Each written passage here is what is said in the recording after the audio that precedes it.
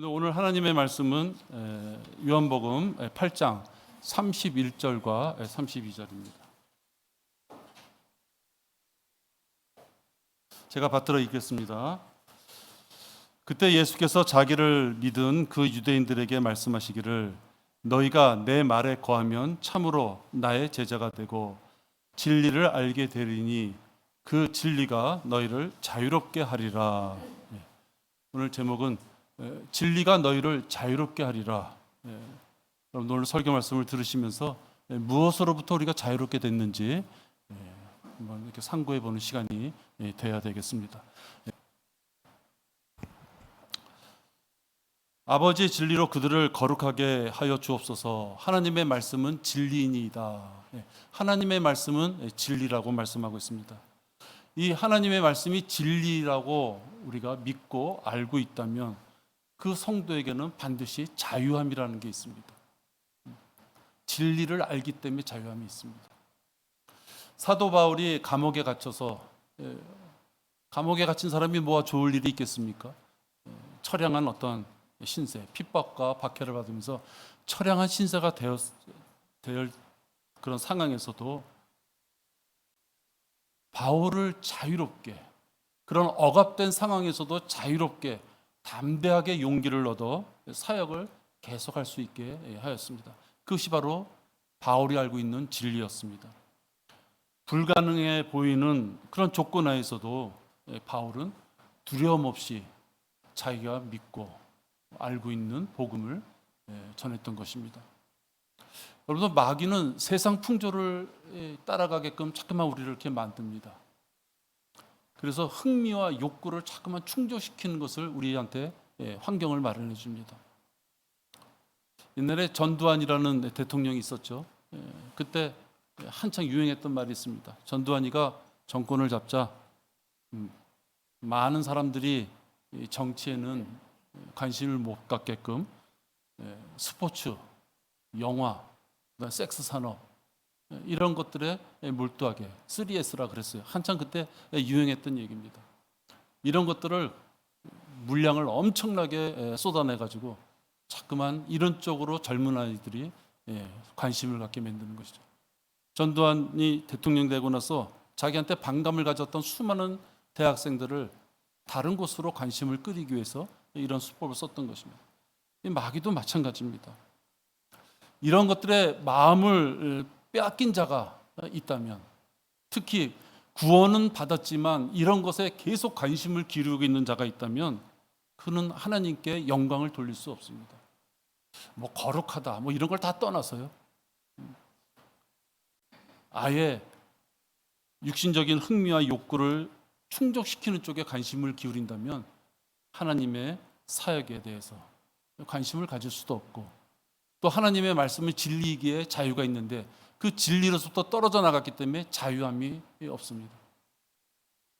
사람이라는 것은 양심이 있어요. 그래서 지금 제가 말하는 그런 것들에 휩쓸려서 생활을 하다 보면 찝찝한 것이 한쪽에서 밀려옵니다.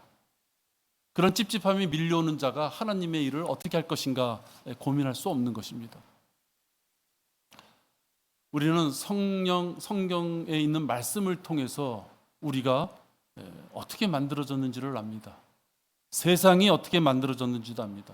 또 앞으로 우리가 어떻게 될 것인지도 잘 알고 있습니다. 과학자든 교수든 이 말씀에 의해서 진리를 알지 못하는 자들은 사람의 조상이 원숭이라고 합니다. 또 그 원숭이보다 조금 앞서 나가면 아메바였다고 하고, 전혀 과학적으로도 증거가 없는 것을 가지고 마치 객관적인 증거가 있는 것처럼, 그래서 세상은 우연히 만들어진 것처럼 이야기합니다. 또 많은 철학자들은 자기 자신의 본질에 대해서도 알지 못하면서도 인간의 많은 것들을 자기가 한번 알아보겠다고 연구하다가 결국은 지옥에 갑니다. 여러분의 손에 들려있는 이 성경 이 말씀 속에는 바로 이런 것들이 다 들어있음에도 불구하고 그들은 성경 말씀을 외면하고 엉뚱한 곳에 가서서 무엇인가 찾다가 결론도 짓지 못하고 허망한 것들을 만들다가 끝나버리고 마는 것입니다. 성경에는 명확하게 되어 있습니다. 그래서 우리는 진리다 이렇게 표현하고 있습니다. 우리들이 어디서 시작돼서 어디로 가는지, 또 하나님께서 물질인 흙을 사용해서 우리를 만드셨는지, 콧구멍에다가 하나님의 영을 넣어주셔서 우리를 만드셨는지, 또 죄인들이 어떻게 구원을 받고 또 구원받은 죄인들은 앞으로 어떻게 될 것이고, 또 우리를 창조하신 하나님과 우리의 관계는 어떻게 될 것인지, 이 모든 것들이 성경 말씀에 다 있습니다. 이 성경 말씀을 외면하고 다른 데서 찾으려고 하기 때문에 문제가 되는 것이죠. 성경의 진리를 모르는 자들은 이 땅의 것이 전부인 것처럼 삽니다. 왜? 성경 말씀이 이렇게 두터워도 그 내용의 말씀을 쫓아가다 보면 이 땅에 7, 80이면 끝나는 우리의 생애를 위해서 성경 말씀이 주어진 것이 아니라 7, 80년을 잘 선용해야지 영원이라는 그 시간 동안 하나님과의 우리의 관계가 어떻게 맺어질 거냐는 걸 일러주는 것입니다. 근데 하나님과의 관계가 맺어지는 그 구원을 받지 못한 그들은 영원을 보지 못하기 때문에 7, 80년이라는 자기 짧은 생애가 전부인 것처럼 살아가게 됩니다. 그러나 그들의 생애는 그렇게 밝지가 않습니다. 왜냐하면 죽음과 지옥에 대한 그들의 두려움은 잊혀질 수가 없는 것입니다. 거기서부터 오는 자유함을 그들은 받을 수가 없기 때문입니다. 그러나 진리를 알게 된 자들은 그 진리가 주는 자유함이 있기에 죽음과 지옥의 권세로서부터 우리가 이겨나갈 수 있고 승리한 자라는 그 진리가 확실하게 들어오기 때문에 자유함을 얻을 수 있는 것입니다. 과학과 철학이 생각하는 것처럼 우리가 죽으면 모든 것이 끝나는 것이 아닙니다. 들어가면 모든 것이, 무덤으로 들어가면 모든 것이 끝나는 것이 아닙니다. 지옥도 하늘나라도 없다고 여기는 자들은 이런 것들을, 지옥이나 이런 것들 얘기할 때 없습니다 하고 담대하게, 마치 그들은 지식인 양 이렇게 얘기하지만 사실은 그들은 쾌락 속에 살다가 지옥으로 갈 수밖에 없습니다.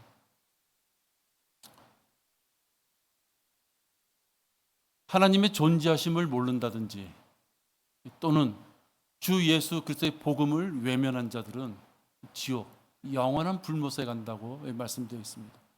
여러분들이 성경 말씀을 사랑하는 자들, 또 귀하게 생각하는 자들에게 전할 때 그들이 왜 자꾸만 귀찮게 이러느냐 하고 무시할 때 있죠. 어떻게 하면 어떤 구절로 그들에게 많은 말씀을 전하고 그들의 마음을 이렇게 깨트려 줄 수 있을까 고민하게 됩니다. 당연히 고민하게 됩니다. 그러나 혹 여러분이 많은 교제 가운데서도 그들이 깨닫지 못한다면 반드시 전해줘야 될 말씀은 데살로니가 후서 1장 8절과 9절이라고 저는 생각이 듭니다. 그들이 하나님에 대해서는 잘 몰라도, 천국에 대해서는 몰라도, 하늘나라에 대해서는 몰라도, 그러나 그들이 죄를 짓고 또는 하나님의 존재하심을 믿지 않는다면 그들에게 처해진 것은 바로 이 공포의 이 구절입니다. 데살로니가 후서 1장 8절 9절. 하나님을 알지 못하는 자들과 우리 주 예수 그리스도의 복음에 순종치 아니하는 자들을 불길 가운데서 벌하시리니 이런 자들은 주의 임재와 그의 능력의 영광으로부터 떠나 영원한 멸망의 형벌을 받게 될 것이라. 지옥에 가는 것이 다른 이유가 없습니다. 야, 하나님이 어디 있어? 난 안 믿어. 라는 자. 내가 얼마나 선하게 사는데 예수님이 나를 위해 죽었다는 것이 나랑 무슨 상관이야 하고 복음을 외면하는 자. 그들이 얼마나 선한 행위를 갖고 열심히 사는 자들인지는 몰라도 우리는 그들의 행실과 삶을 통해서 그들이 지옥 갈 것이냐 아니냐가 아니라 하나님의 존재하심을 알지 못하고 부인하고 또 주 예수 그리스도의 은혜의 복음을 그들이 거절한다면, 순종치 않는다면 그들이 지옥 갈 자라고 말씀해야만 되는 것입니다.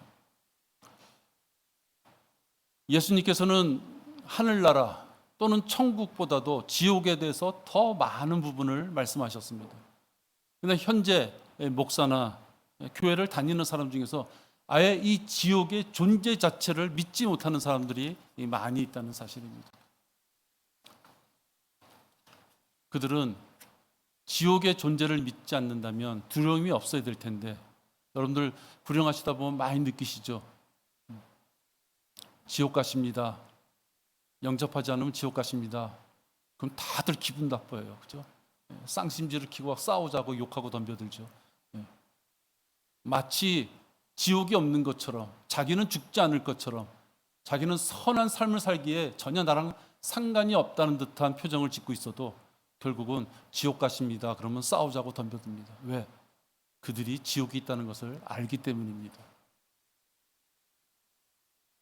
진리에 대해서 잘 아는 사람들은 마지막 그들이 죽음을 맞이할 때 그들의 죽음에 대한 태도를 보면 알 수가 있습니다. 진리를 알고 하나님의 약속이 분명히 이루어질 것이다 라는 것을 아는 자들은 죽음을 두려워하지 않고 진리에 의해서 약속된 것을 사모하며 그것이 반드시 이루어질 것을 믿는 자들입니다. 그렇지만 많은 교인들이 걱정과 염려, 근심 그런 것들을 가지고 교회 문턱을 들락거리고 있습니다. 지옥에 대한 확신과 자기 구원에 대한 확신, 그것이 성경 지식으로 인해서 어떠한 하나님이 말씀하셨는지를 그 교회에서 배우지 못한 자들은 이 자유함이 없게 되는 것입니다. 사람이 살다 보면 죄를 안 짓는 사람이 어디 있습니까? 육신을 갖고 사는 우리들은 이 장막을 다 걷어 벗어 버리기 전까지는 죄에 항상 노출될 수밖에 없어요. 구원에 대한 확신이 없는 자들은 죄에 노출될 때마다 자기의 구원이 흔들릴 수밖에 없는 것입니다. 진리에 대한 올바른 지식이 없어서는 자유함을 얻을 수 없는 것입니다. 많은 교인들이 죽음과 지옥의 권세에서부터 또 현실적으로는 자기가 다니는 이 거짓 목사들의 인간적인 이 권위에서부터도 자유롭지 못합니다. 목사의 말 한마디가 자기의 구원의 유무를 가릴 수 있을 정도로 구원에 대한 영원한 보장을 성경 말씀에서 확신을 갖지 못하기 때문에 그렇습니다. 경계되지 않는 바른 성경에 의하여 바른 성경적 구원론을 갖고 있어야만 됩니다. 그래야지 자신이 구원을 받았고 그 구원이 영원한 것이고 그 영원한 구원을 통하여 자기가 이 땅의 것에 대해서는 연연할 필요가 없다는 자유함을 얻게 되는 것입니다. 악한 영적 존재들과 진리의 영이 치열하게 싸웁니다. 그래서 우리는 성경에서는 진리의 영과 미혹의 영이 함께 우리의 마음판에서 전쟁을 벌이고 있다 이렇게 말씀합니다. 마귀가 수많은 걸림돌을 우리 마음에 잘 심어놓고 있는 것이죠. 어저께까지만 해도 내가 확신을 갖고 있던 그런 모습이었는데 오늘 잠깐 나에게 어떤 일이 생기면 그것이 막 흔들릴 수 있는 것입니다. 마귀는 계속해서 한번 구원받은 자는 영원한 하나님의 자녀이기에 자기가 다시 데려갈 수 없다는 걸 잘 알면서도 마지막 순간까지 마치 그가 구원을 받지 못한 자인 양 불안 가운데 살게끔 하나님의 일을 하지 못하게끔 그렇게 불안과 초조함을 주는 것입니다. 마귀의 술수에 넘어간 미혹에 넘어간 구원받은 자라면 그리스도의 심판석에서 수치를 당하게 됩니다. 구원은 받았기에 마귀의 미혹에 수없이 넘어졌다 할지라도 그리스도의 심판석에는 갑니다. 그러나 그리스도의 심판석에 가서 예수님께 자기가 왜 그렇게 넘어질 수밖에 없었는지를 일일이 설명할 때 얼마나 수치가 되겠습니까? 완고하게 목이 굳어 구원받지 못한 자라면 그는 백보자 심판에서 불못이라는 곳으로 최종적으로 가게 됩니다. 이러한 영적 전쟁, 진리의 영과 미혹의 영이 싸움을 벌이고 영생의 문제를 놓고 치열한 전쟁을 벌일 때 이러한 영적 전쟁을 실감하지 못하는 자는 영적으로 졸다가 마귀의 밥이 되어 죽는 것입니다. 더 무섭고 아찔한 것은 죽으면 끝나면 모든 것이 간단한 것 같은데 죽고 눈을 떠서 셋째 하늘 그리스도 심판석에서 예수님을 만나 뵐 때 예수님이 여러분과 눈을 마주치면서 귀를 쫑깃하고 기울이실 것이라는 것입니다. 왜? 여러분이 여러분의 자신의 행실에 대해서 설명해야만 되기 때문입니다.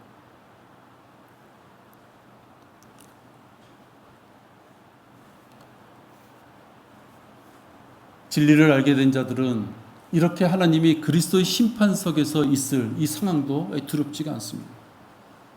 왜 그렇습니까? 여러분 혹시 죄와 허물 가운데 이번 주가 그런 일이 있었습니까? 요한일서에 있는 말씀처럼 자백하시면 됩니다. 자기의 죄를 깨닫고 자기의 입으로 자기의 죄를 하나님 앞에 자백함으로써 구원받을 수 있는 기회가 열려져 있기 때문입니다. 교단 총회장이라도 또 교황이라도 신학대학교 교수라도 재벌 회장이라도 하물며 죽도록 평생을 교회에서 목양한다고 고생한 목사를 할지라도 다른 복음을 전하는 생애를 그가 살아왔다면 그는 지옥에 가는 것입니다.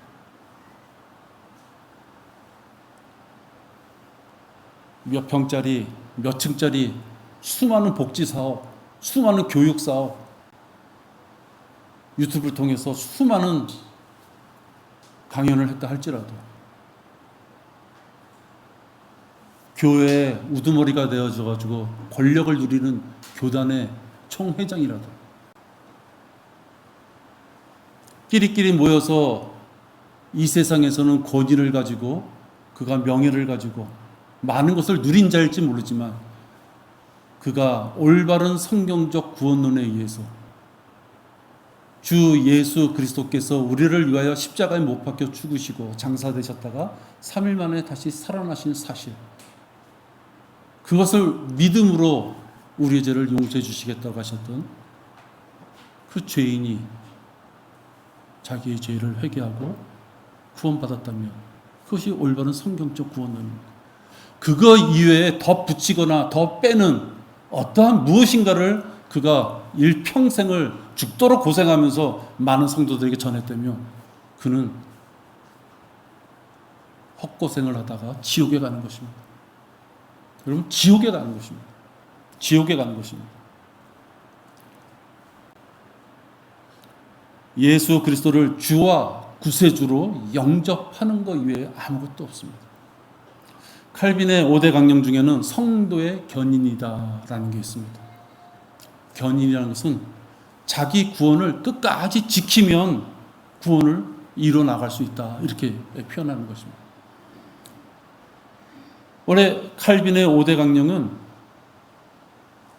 태초에 누구는 구원받을 것이라고 예정되어 있다, 선택됐다 하는 것이 시작입니다. 모든 인간은 자기의 구원을 위하여 선택할 만한 능력이 없다. 전적 타락에 의해서 능력이 없다. 그러한 자기 때문에 하나님께서 누군가를 선택해서 예정으로 그를 구원해 주지 않으면 다 지옥 갈 수밖에 없기 때문에 은혜로서, 제한된 은혜로서, 제한된 속죄로서 누구를 구원시켜 주셨다, 이렇게 표현하는 거죠. 근데 웃긴다 그래야 되나요? 논리가 안 맞아요. 그럼 선택했으면 그는 누군가가 자기가 선택받았다고 생각하면 자기가 구원받았다 생각해야 될 거 아니에요? 근데 마지막 5대 강령 중에 마지막 부분이 뭐냐면 성도의 견인이에요. 선택받은 것을 끝까지 지켜야지 구원받는다는 거예요. 감히 하나님이 선택했는데 그 자가 끝까지 지키지 못했어, 그러면은 아니, 지옥 간다는 거예요. 논리적으로 안 맞는 거예요.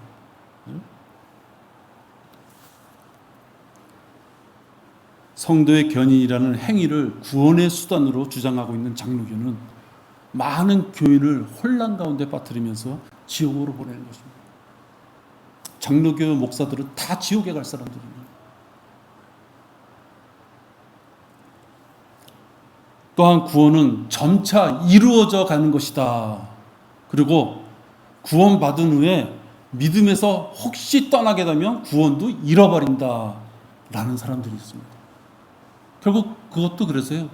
점차적으로 일어나가야 되기 때문에 점차적으로 뭔가를 해야 되는 것이고, 또 구원을 잃어버리지 않기 위하여 자기가 뭔가 열심히 달려가서 노력을 해야 된다는 거죠. 그게 바로 알미니언주의 감리교입니다. 알미니언주의 이 감리교, 그 목사들도 수많은 사람들을 지옥으로 보내는 사람들. 방언이나 신유체험, 물침례 등을 받아야지만 구원을 받을 수 있다며 엉터리 교리를 주장하는 그런 자들, 그런 사꾼 거짓 목사들, 그들도 교인들을 지옥으로 이끄는 자들입니다. 왜? 방언하면 자기가 구원받았다는 증표를 그 교단에서, 그 교회에서 주기 때문에 그렇습니다. 신비한 체험을 받으면 너는 한번 갔다 왔으니 됐다. 그렇게 이야기하는 것입니다. 꿀거덕하고 물에 한번 들어갔다 나오면, 요즘은 물에 들어갔다 나오는 것도 아니죠. 물 몇 방울 뿌리면 갑자기 구원받았다라고 그들 스스로가 인정해 주는 것입니다. 구원을 받기 위하여 부활의 믿음, 이 외에 말이죠, 거룩하게 보이고 신비하게 보이는 각종 종교적인 행위를 첨가하고자 하는 자들은 100% 지옥에 가는 것입니다. 히브리서는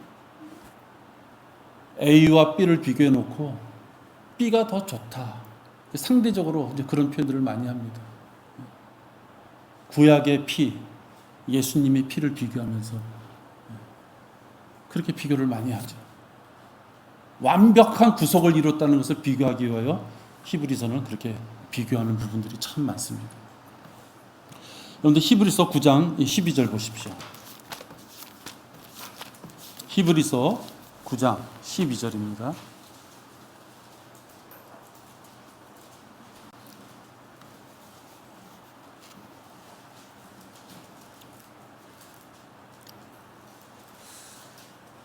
염소와 송아지의 피로 아니하고 오직 자신의 피로 한 번 성소에 들어가셔서 우리를 위하여 영원한 구속을 이루셨느니라, 이렇게 말씀합니다. 이제 앞뒤 구절은 시간이 많이 가서 제가 생략합니다만은, 여러분들 이 구절이 어떤 내용입니까? 염소와 송아지의 피로 아니하고 오직 자신의 피로 한 번, 예수님이 한 번보다는 두 번 죽으시는 게, 두 번보다는 세 번 죽으시는 게 더 진실해 보이십니까? 더 의지가 강해 보이십니까? 더 능력 있어 보이십니까? 그렇지 않습니다. 가톨릭처럼 매주 피를 먹어야지, 매주 살을 먹어야지 되는 그 미사라는 것을 지내는 것은, 예수님이 지금 한 번 성소에 들어가셔서 영원한 구속, 의심할 여지가 없는 영원한 구속, 영원한 죄의 용서를 주셨다는 말씀을 그들은 매주 어기고 있는 것입니다.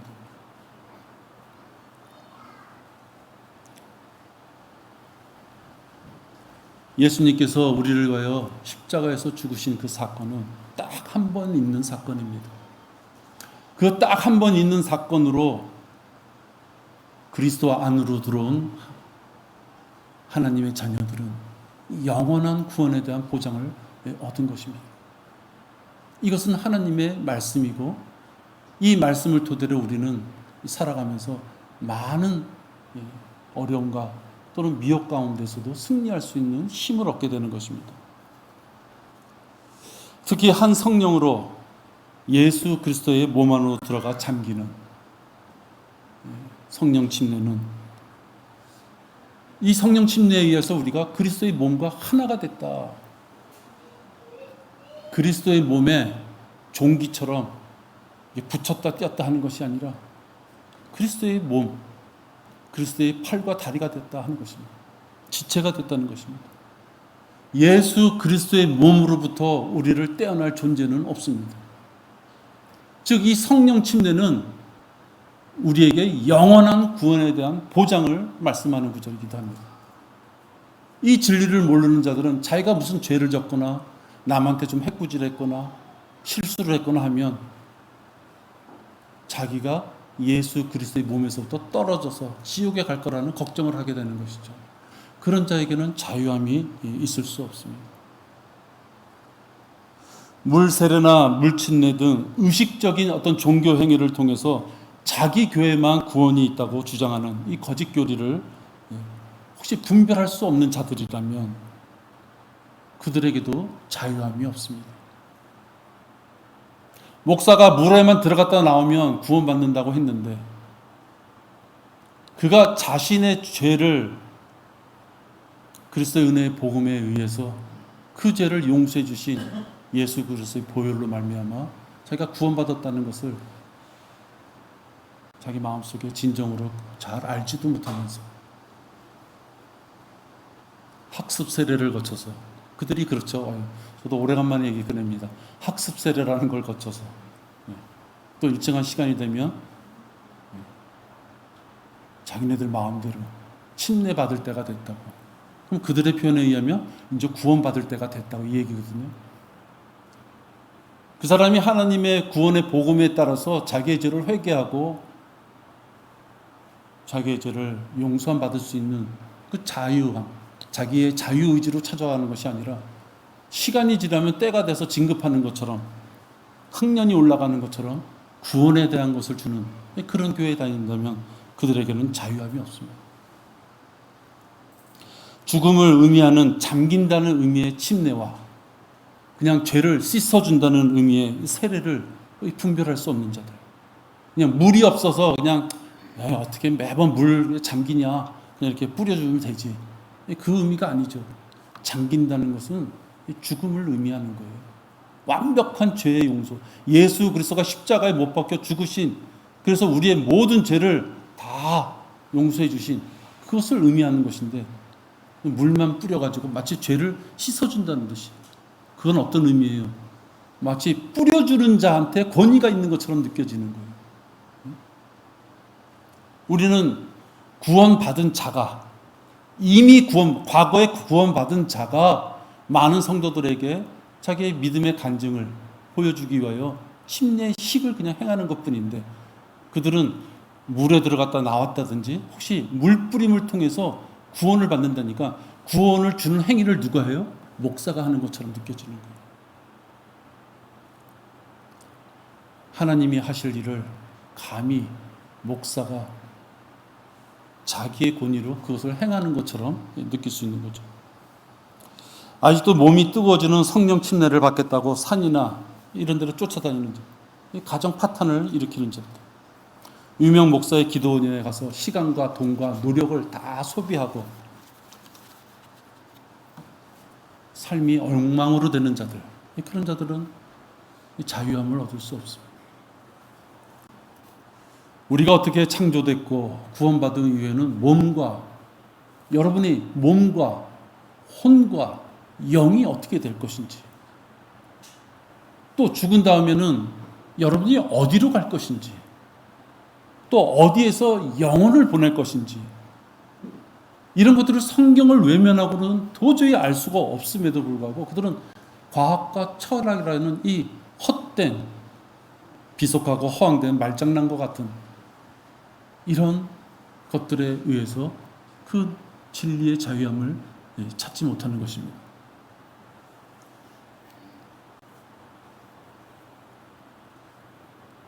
성령님이 역사하시는 방법은 때마다 이게 틀렸습니다. 구약 때가 틀리고 지금 또 틀리죠. 구약은 다윗이 범민했던 것처럼 성령님이 누구에게 들어와서 일을 하시다가 어떤 목적에 의해서, 환경에 의해서 성령님이 떠나실 수 있습니다. 그래서 다윗이 죄를 지을 때는 성령님이 자기서부터 떠나갈까 봐 그가 범민하는 모습을 보게 됩니다. 또 사울도 자기가 죄를 졌을 때 성령님이 떠날까봐 벌벌 떠는 그런 모습을 보게 됩니다. 그래서 이 구약에서는 성령님이 들어오셔서 자기에게 많은 말씀을 주시고 인도함을 주실 때는 힘이 나지만 성령님이 떠나고 나면 하나님이 자기를 버리셨다는 생각 때문에 그들은 많은 절망 가운데 빠져드는 것을 보게 됩니다. 이 거짓 목사들이 이 구약의 이 성령님이 역사하시는 방법을 지금 적용한다면 많은 문제들을 일으키는 것입니다. 교인이 살다가 죄를 지면 마치 구원 못 받은 것처럼, 성령님이 떠나신 것처럼, 교인이 좀 더 교회에 충성하고 목사한테 잘하고 교회에 노력으로 봉사하고 그러면 마치 또 성령님께서 많이 그의 삶을 돌봐주시는 것처럼, 하나님께서 마치 그를 떠났다 다시 들어왔다 할 수 있는 것처럼, 그건 잘못된 것이죠. 지금 이 시대에는 우리가 우리의 몸이 우리의 것이 아니라 여러분이 예수 그리스도를 주로 영접하는 순간 성령님이 여러분의 몸 안에 내주하신다 그러셨어요. 성전이 다른 곳에 있는 것이 아니라 여러분이 지금 앉아 계신 이 장소, 이 환경, 이 인테리어, 이 강대상, 이것이 성전이 아니라 여러분의 마음속에 성전이 이미 자리 잡고 있는 거예요. 하나님께서, 성령님께서 이미 여러분의 마음속에 임재하고 계시는 것입니다. 한 번 들어온 그 성령님은 여러분을 떠나시지 않는 것입니다. 여러분이 죄와 허물에 연루되어 있을 때 슬퍼하시고 괴로워하시고 또 하나님의 말씀에 따라 여러분들 올바른 길로 갈 수 있도록 따끔한 충고를 하시고 찔림을 주시겠지만 여러분을 떠나지는 않습니다. 구약의 다윗처럼 사울처럼 죄를 졌을 때 하나님이 자기를 버렸다고 하는 그 두려움 가운데 우린 처하면 안 되는 것입니다. 우리는 구원받은 자로서 성령님께서 우리 마음속에 내주하시기에 우리는 영원히 하나님의 자녀로서 이거 신분을 잃지 않는다면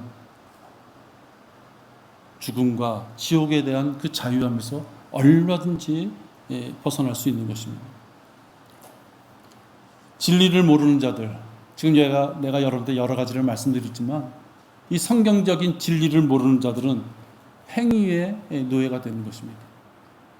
무엇인가 자기 생각에 올바르고 자기 생각에 선한 행위를 했을 때는 구원을 받은 것 같고, 자기가 아무리 생각해봐도 하나님이 싫어하시는 일을 행한 것 같을 때는 다시 구원에 대한 그런 의구심이 든다면 그러한 자라면 사망과 지옥의 그 멍에서부터 자유로울 수 없습니다.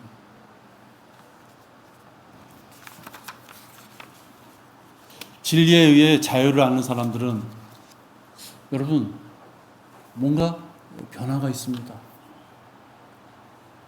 진리에 의해서, 성경 말씀에 의해서 죽음과 지옥에 대해서부터, 어떤 질병에 대해서부터, 어떠한 악한 상황에서부터, 어떤 피할 수 없는 아주 난감한 상황에서부터도 그가 대하는 태도가 많이 달라질 수 있습니다. 진리에 의해서 자유를 하는 사람들은 먹고 마시고 정욕을 따라서 생활하던 그 모습이 달라집니다. 다시 말해서 예수 그리스도를 주로 영접했어요. 또 교제와 성경 공부를 통해서 하나님의 말씀이 무엇인지를 알아가고 있어요. 그러면 하나님의 말씀은 분명하게 이 땅에서부터 승리할 수 있는, 죽음을 이길 수 있는 방법, 지옥의 권세를 이길 수 있는 방법, 거기에 머물지 않고 그가 앞으로 어떻게 영원을 살지를 성경에서 말씀하셨기에 그가 지금 당장 닥친 그 약간의 어려움과 고난과 슬픔을 담대하게 이겨나갈 수 있다 하는 것입니다. 여러분들, 우리가 수술실 있죠, 수술실. 죽음과 또는 염려, 이런 것에 자유함이 없는 성도들은 수술실 들어갈 때 많이 떱니다. 그가 믿을 수 있는 건 운밖에 없기 때문에 그렇습니다. 운. 오늘 수술할 의사가 컨디션이 좋은가? 집안에 별일은 없었는가? 의사들도 싸우고 왔을지도 모르잖아요. 밥은 제대로 먹고 왔는가? 자기를 집도할 의사가 어떤 상태인지 알지 못하기에 제일 나쁜 상황은 좀 없었으면 좋겠다 하는 그 운에 기대는 것입니다. 그 운에 기다리니까 얼마나 불안합니까? 그런 자들은 수술실 들어갈 때 염려와 걱정 가운데 들어가는 것이죠. 수술실 들어가는 사람들이 마음이 무겁지 않은 사람이 어디 있겠습니까? 그죠? 다 그건 뭐 어려움이 있겠죠. 그러나 우리의 생과 사를 이미 다 아시고 살았을 때 우리를 어떻게 인도하실지, 혹 우리가 죽음을 맞이했을 때 나를 어떻게 인도하실지를 성경 말씀에 대해서 그 진리를 아는 자들은 걱정과 근심이 아니라 자유함으로 하나님 앞에 내 수술에 대해서 고백하고 인도해 주십시오라고 담대함을 가질 수 있는 것입니다. 고린도전서 15장 55절 보겠습니다.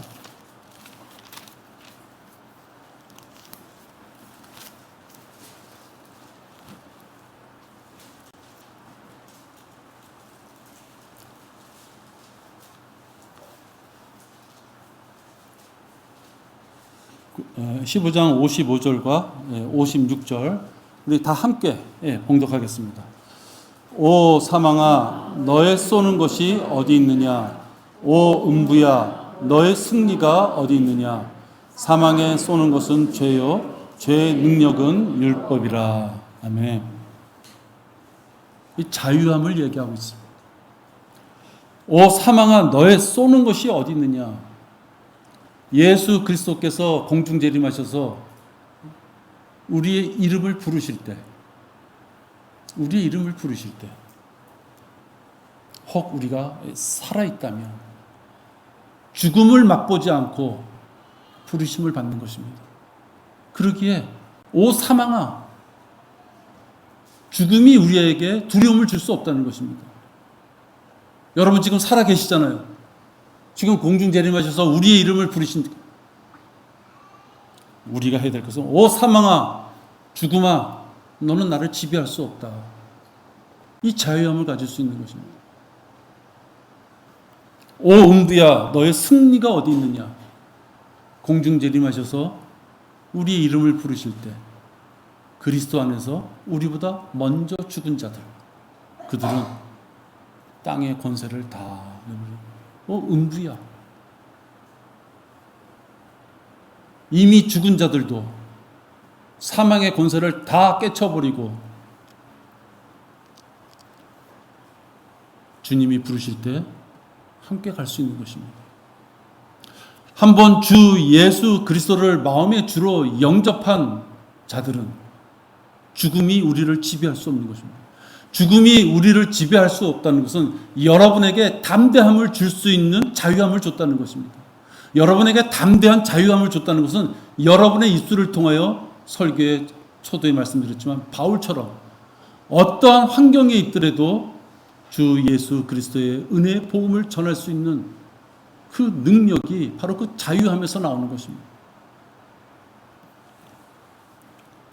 창조주 하나님께서 나를 사랑하시기에 보호해 주신다는 그 확실함, 그 확신, 죽음의 고통 속에서도 두려움에 대한 것을 다 깨쳐버리고 자유함을 얻을 수 있습니다. 여러분이 멀리 가십니까? 직장을 옮겨야만 됩니까?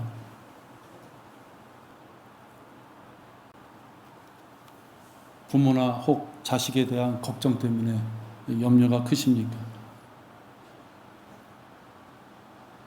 그 누구든지 구원받은 자라면 하나님께서 그에게 영생을 주시겠다는 영원한 선물을 주셨기에 지금 눈앞에 보이는 이 잠깐의 어떤 어려움 때문에 하나님 앞에 수치스러운 모습으로 설명해야만 되는 그 모습으로 가면 안 되는 것입니다. 거짓 목사의 종이 되어서 종교의 쇠사슬, 행위에 묶여가지고 새벽기도니 금요철하니 금식기도원이니 하며 빠져나오지 못하고 혼동 속에서 울부짖는 자들, 여러분 그들이 얼마나 불행합니까? 다 같이 멀쩡한 옷 입고 시내를 활보하고 교회를 간다고 집을 나서지만 아시죠 여러분들? 그 짓눌리는 거, 종교 행위에 짓눌리고 목사에 짓눌리고, 가면 또 교회도 선이라는 게 있잖아요. 줄을 잘 서야지 또 되잖아요. 눈치 봐야 되고. 그리고 집에 오면은 너무 피곤해요. 너무 피곤해요. 그 수많은 그 생각해야 될 어떤 그 요소들 사이에서 내가 실수하지 않고 오늘 잘 넘겼다. 교회 갔다 와서 하나님의 말씀으로 풍족함으로, 교회 지체들 간의 사랑을 나눔으로 내 마음이 풍요함으로, 또 한 주간에 힘을 얻을 수 있는 것을 얻어야 되는데 교회 갔다 오면 너무 피곤해가지고 머리가 아프다면 그건 잘못된 교회죠. 여러분, 올바른 성경으로 올바른 교리 가운데 올바른 행함이 있는 그러한 교회에서 하나님이 주시는 이 진리의 말씀을 토대로 자유함을 얻을 수 있다면 우리가 어디서 무엇을 하든 어떤 환경에 있든 우리는 승리할 수 있는 자가 됩니다. 여러분들 그 승리의 기쁨에 같이 함께 하시기를 바랍니다.